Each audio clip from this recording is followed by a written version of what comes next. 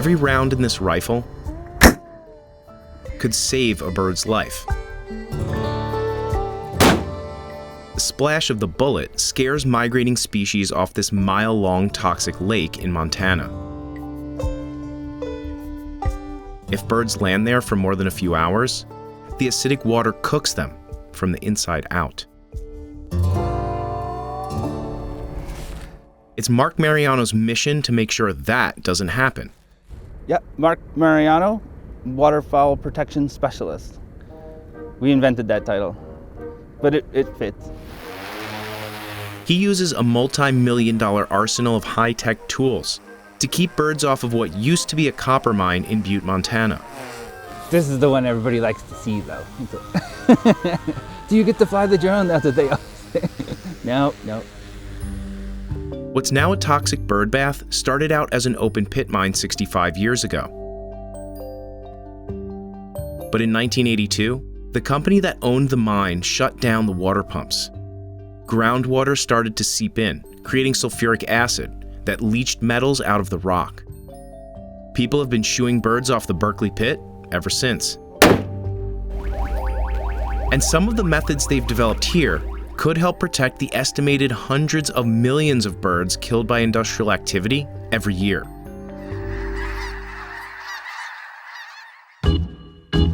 Snow geese, avocets, and grebes are just a few of the species that stop in Butte on their journey north in spring and south in fall. And Mark loves them all. Your widgeon, teal. I mean, I dream, sleep, eat, and poop, ducks. We obviously went over the top with the wildlife decor. My mom bought me this one and I told her it was stupid, and now I love it. But the sounds that repel birds are more unnatural. So we're gonna move it over. There it goes. Always when you're trying to talk. The first line of defense is 4 so-called wailers. They randomly play a series of alarms to annoy the birds. You can hear these things on a nice warm summer night all across Butte. And propane cannons hooked up to timers fire all day. They mimic gunfire, which a lot of the birds are scared of for obvious reasons. On special occasions, the birds might get their own private fireworks display. This is a kind of a last resort, or we know, something big would be coming. We've used them twice. One of Mark's favorite tools is meant for spotting the birds before they get wet. It's a $5,000 Swarovski scope. But after nearly 4 years on the job, he can usually spot them with the naked eye. Can you see them? No. I'm going to keep laying on them, because if we can keep them from landing, that's always the best. HQ is this small hut, along the same ridge where the mine's dispatcher used to direct trucks. They call it the Bird Shack. We've discussed renaming it something more professional sounding than Bird Shack, but it's become such kind of a colloquial term that we kept it. During peak season, someone like Mark comes up here every hour to do what they call hazing. That's the technical term for annoying birds that land on the pit, so they fly away. We got a group coming in. 1, 2, 3, 4, 5. And it looks like more shovers. So there's 33. 2, 3, 43. When they first started scaring off birds 30 years ago, their only tools were a rifle and a clipboard. They didn't even have heat during the long Montana winters. For the most part, it worked. Even if the miners' records looked like a real-life game of duck, duck, goose. That changed in 2016. Snow geese migrate through Montana every year, but that November, an estimated 60,000 of them landed on the pit. Essentially, the entire snow goose population of our flyway came overnight, hit a nasty storm, and ended up using the worst rest stop that they possibly could. This could be myth now, but they shot the gun so many times the barrel essentially curved because it got too hot. About 3,000 birds died in a matter of days, according to the U.S. Fish and Wildlife Service. Those guys choke up when they, you're a burly miner talking about coming out here and seeing, thousands of snow geese on there. After that, the companies working to clean up the pit brought in experts to devise a more scientific approach.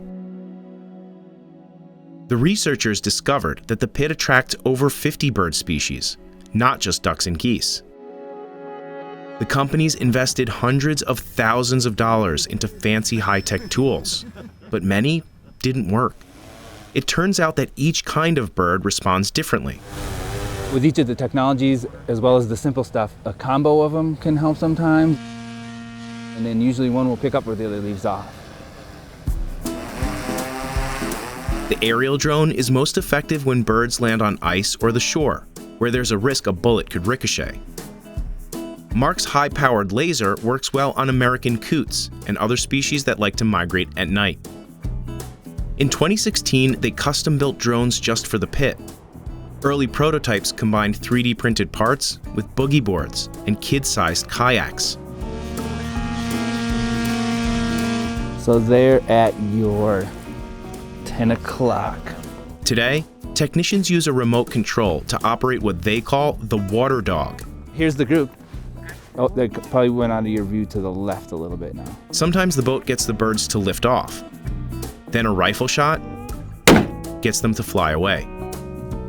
This new and improved suite of tools has a near-perfect record of keeping birds off this deadly human-made mess. Successful programs like the one at the pit are more important than ever. Nearly a third of North America's bird population has disappeared since 1970. Mining is to blame for destroying habitat, but some cleanup efforts have worked, just not always in the way people expect. For a prime example of that, you need to travel about 20 miles downstream. Every year, hundreds of thousands of birds stop here, the Warm Springs Wildlife Management Area. It's where researchers Stella Kaposha and Gary Swant come to count birds. Oh, we've got some American absets. These scientists helped design the pit's upgraded protection program. The reports that we do here on Mondays and Wednesdays are posted in the bird shack, so these miners have a good predictive instrument of what might be in the pit. So here's a cinnamon teal that you probably haven't seen one of those yet this year. During peak season, Gary's grandson also helps with the count. We'll usually peak at like 50,000, 60,000 birds in the valley, and those are long days. Those are like 10-hour days. The team comes to Warm Springs because it's a biodiverse haven that has hosted more than half of Montana's bird species. But just like the Berkeley Pit, it was created by humans. This is a constructed area that now has then turned into a preserve for the wildlife. In 1908, a flood washed mining waste from Butte into local waterways. It killed fish and made the water unsafe for humans. After that catastrophe, these ponds were built so that hard metals could seep out of the water before they run downstream. Giant hoppers neutralize the water with lime. That keeps things clean and safe enough for wildlife. So the event happened in a single month in 1908, and here we are still getting it cleaned up. Feels wonderful because we can correct the problems of the past. Experts caution that it's impossible to erase over 100 years of mining pollution. But with people like Gary, Stella, and Mark on the job, the future for Montana's birds might be looking up. But not if you're a wild turkey. I am by no means a seasoned turkey hunter, so this is my very first. But we saved everything. Mark takes pride in not letting anything go to waste. I made it real traditional, like a chicken noodle soup. It's even gluten-free, if you can believe that. Has anyone ever pointed out to you the irony of the fact that your entire job is to keep wild birds safe and you go hunting? I'm a big waterfowl hunter as well, and what that has taught me about protecting the waterfowl at the pit is just priceless. I wake up without an alarm every morning, and I'm, happy to go, literally rescue birds. And most days you walk home, with your head held high.